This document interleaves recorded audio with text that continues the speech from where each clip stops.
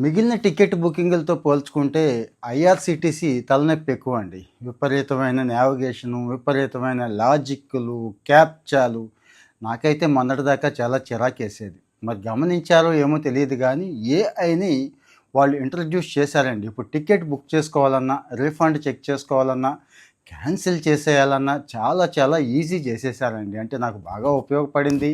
నచ్చింది కాబట్టి మీ టైం కూడా సేవ్ అవుతుంది. మీ ఇబ్బందులు కూడా పోతాయని ఇలాంటి సమాచారం కూడా ఇచ్చుకుందామండి. ఆస్క్ దిశ 2.0 అంటున్నారు వాళ్ళు.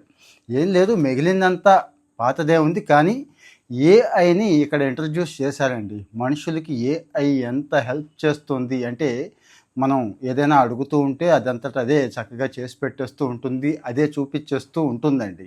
ఇంతకుముందు విపరీతమైన టార్చర్ ఉండేది కదా! ఇప్పుడు అలా ఏం లేదు.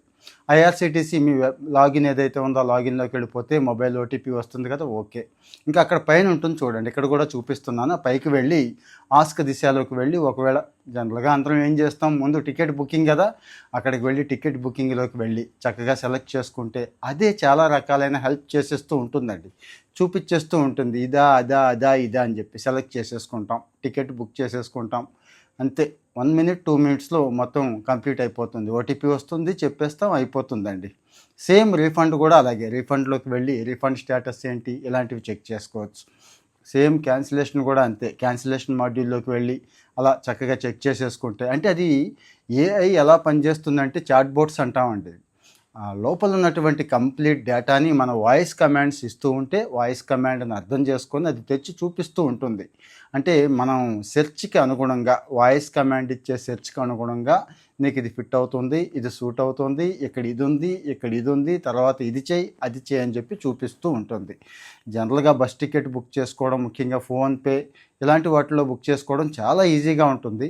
నాకైతే ఐఆర్‌సీటీసీ మొన్నటిదాకా చాలా కష్టం అనిపించేది. చాలా చిరాకు కూడా వచ్చేదండి. ఇప్పుడైతే చాలా వరకు ఆ చిరాకుని, ఆ కష్టాన్ని తగ్గించారు కాబట్టి ఈ మాడ్యూల్‌ని, అంటే ఈ అవకాశాన్ని, ఈ ఆస్క్ దిశ అనే అవకాశాన్ని ఉపయోగించుకోండి. మరి ఇలాంటి సమాచారం కూడా నచ్చుతుందా మీకు? నచ్చితే కామెంట్‌లో చెప్పండి. నచ్చింది అని చెప్తే ఇలాంటి సమాచారం కూడా ఎప్పటికప్పుడు షేర్ చేసుకుందాం. మరి ఫాలో అవుతూ ఉంటేనే కదండి ఇలాంటివి వస్తూ ఉంటాయి. దయచేసి చూసి వదిలేస్తున్నారు చాలామంది. ఒకప్పుడు లక్షల ఫాలోవర్స్ ఉండేవాళ్ళు. ఆ అకౌంట్ హ్యాక్ అయ్యింది. ఫాలో అవుతూ ఉంటే నాకు కూడా కాస్త ఉత్సాహం వస్తుంది. ఇంకా ఇంకా ఉన్న 5, 10 నిమిషాలైనా కానీ కాస్త మంచి సమాచారం మీతో పంచుకోవాలనిపిస్తూ ఉంటుంది. ఫాలో అవ్వండి. మీ వాళ్ళకు కూడా సజెస్ట్ చేయండి. మంచి కంటెంట్ మాత్రమే షేర్ చేసుకుందాం. మన వాళ్ళకు కూడా షేర్ చేయండి. Thank you.